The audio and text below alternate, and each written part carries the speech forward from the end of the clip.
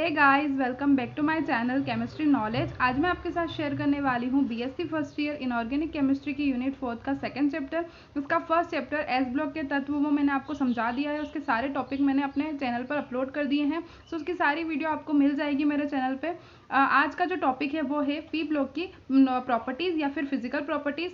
सो इस वाली वीडियो में मैं आपके साथ इसकी फिजिकल प्रॉपर्टी शेयर करने वाली हूँ। सो अगर आपको मेरी वीडियो से कुछ भी समझ में आता है, आपको मेरे नोट्स से कुछ भी समझ में आता है, वीडियो अगर आपके लिए थोड़ी सी भी हेल्पफुल रहती है तो प्लीज़ वीडियो को लाइक करें, शेयर करें और चैनल को सब्सक्राइब करें। सो स्टार्ट करते हैं। इसकी जो फर्स्ट प्रॉपर्टी है वो है इलेक्ट्रॉनिक विन्यास। इलेक्ट्रॉनिक विन्यास की वीडियो, जो इलेक्ट्रॉनिक विन्यास कैसे निकालते हैं उसकी शॉर्ट ट्रिक मैंने आपको बता दी है मेरे चैनल पे। आपको उसकी वीडियो की लिंक मिल जाएगी या फिर मैं आपको डिस्क्रिप्शन बॉक्स में प्रोवाइड कर दूंगी। सो प्लीज़ चेक कीजिए। अगर आपको इलेक्ट्रॉनिक कॉन्फ़िगरेशन निकालना नहीं आता है तो इसमें मैंने नॉर्मल बस कुछ दो एग्जाम्पल दे रखे हैं। पी ब्लॉक के तत्वों में बाह्य कोश के पी कक्षकों में इलेक्ट्रॉन क्रमशः भरते हैं। जो पी ब्लॉक के जो भी एलिमेंट्स होते हैं उनका जो बाह्यतम कक्ष का इलेक्ट्रॉन होता है वो पी कक्षक में फिल होता है। इसका जो एग्जाम्पल है वो है फर्स्ट है बोरोन। तो बोरोन का जो इलेक्ट्रॉनिक कॉन्फ़िगरेशन होता है वो होता है 1s2 2s2 2p1। तो इसके जो बाह्यतम कक्षक का जो इलेक्ट्रॉन होता है वो पी ऑर्बिटल में रहता है। फिर अगला एग्जाम्पल है फ्लोरीन 9। ठीक है, तो इसका एटॉमिक नंबर 9 होता है, 1s2 2s2 2p5। तो इसमें जो पांचवा इलेक्ट्रॉन है वो पी ऑर्बिटल में रहता है। सेकेंड आ जाता है इसका आयनन ऊर्जा या आयनन विभव। किसी गैसीय परमाणु अथवा आयन से बाह्यतम इलेक्ट्रॉन को निकालने के लिए आवश्यक न्यूनतम ऊर्जा आयनन ऊर्जा कहलाती है। कोई भी जो परमाणु रहता है या आयन रहता है उसका जो बाह्यतम इलेक्ट्रॉन रहता है, जैसे कि ये पी का जो बाह्यतम इलेक्ट्रॉन, एक इलेक्ट्रॉन जो है, इसको निकालने के लिए जितनी एनर्जी की अपने को जरूरत होती है वो होती है उसकी आयनन ऊर्जा। पी ब्लॉक में कुछ अपवादों को छोड़कर किसी आवर्त में बाएं से दाएं चलने पर, ठीक है, बाएं से दाएं मतलब कि लेफ्ट टू राइट चलने पर आयनन ऊर्जा के मान क्रमशः बढ़ते जाते हैं, क्योंकि नाभिकीय आवेश क्रमशः बढ़ता जाता है। ठीक है, तो इनका क्या होता है, बाएं से दाएं चलने पर पी ब्लॉक में आयनन ऊर्जा की वैल्यू बढ़ती है। और क्यों बढ़ती है? क्योंकि जो न्यूक्लियस पर चार्ज रहता है वो भी क्या होता है, बढ़ता जाता है। समूह में नीचे चलने पर आयनन ऊर्जा का मान कम होता है। ये तो हो गई थी आवर्त की बात। अगर ग्रुप की बात करें तो नीचे चलने पर क्या होगा, आयनन ऊर्जा का मान कम होता जाता है, क्योंकि परमाणु त्रिज्या जो होती है वो बढ़ती जाती है। ठीक है, तो ये हो जाएगा आयनन ऊर्जा या आयनन विभव। थर्ड टॉपिक है इलेक्ट्रॉन बंधुता। थर्ड जो प्रॉपर्टी है वो है इलेक्ट्रॉन बंधुता।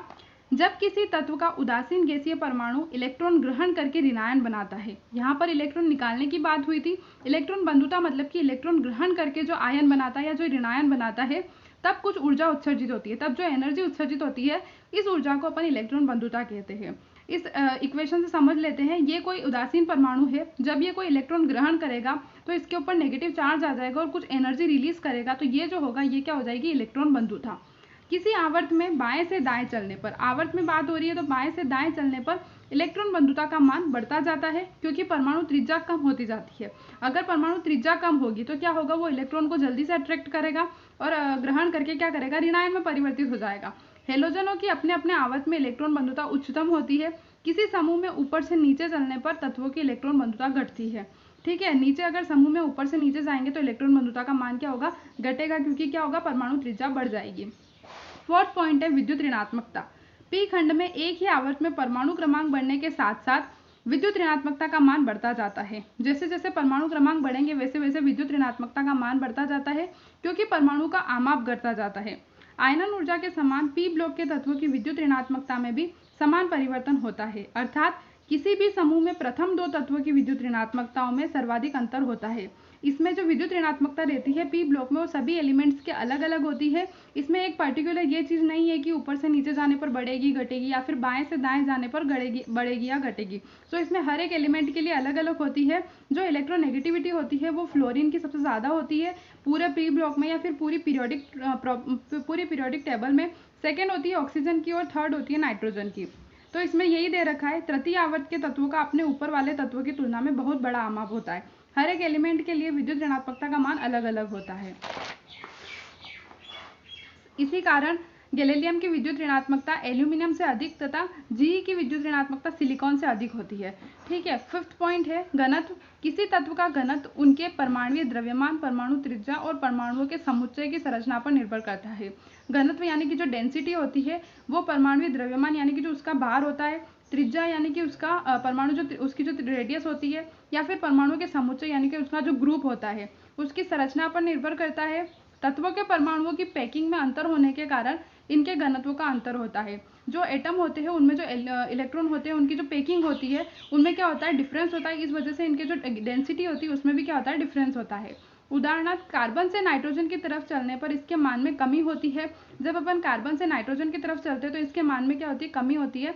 नाइट्रोजन और फ्लोरीन ऐसे आणविक क्रिस्टल है जिनके पैकिंग में अणुओं के मध्य बहुत से रिक्त स्थान रहते हैं, उनके बीच में गैप रहती है। इस वजह से क्या होता है, इलेक्ट्रॉन अलग अलग दूरी पर स्थित रहते हैं तो उनकी डेंसिटी भी जो होती है वो ज़्यादा होती है। अब यहाँ पे जो ग्रुप है वो है 13, 14, 15, 16, 17 और 18 जो पी ब्लॉक के एलिमेंट्स है।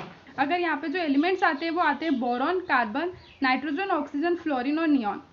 इनकी जो डेंसिटी होती है, बोरोन की होती है 2.35, कार्बन की होती है 3.51, नाइट्रोजन की होती है 0.879 और ऑक्सीजन की होती है 1.32, फ्लोरीन की होती है 1.513 और नियॉन की होती है 1.20। सिक्स जो पॉइंट है वो आता है गलनांक और क्वथनांक। तत्वों के गलनांक व क्वथनांक उनके क्रिस्टल में परमाणुओं के मध्य आबंधन तथा संकुलन पैटर्न पर भी निर्भर करते हैं। अगर उनके बॉन्ड जो होता है वो स्ट्रॉन्ग होता है तो उनका गलनांक क्वथनांक भी ज़्यादा होता है और उनका पैटर्न जो उनका एक तरीके से उनकी जो संरचना होती है वो अगर जल्दी से डिस्ट्रॉय हो जाती है तो उस पर भी क्या होता है, गलनांक और क्वथनांक निर्भर करता है।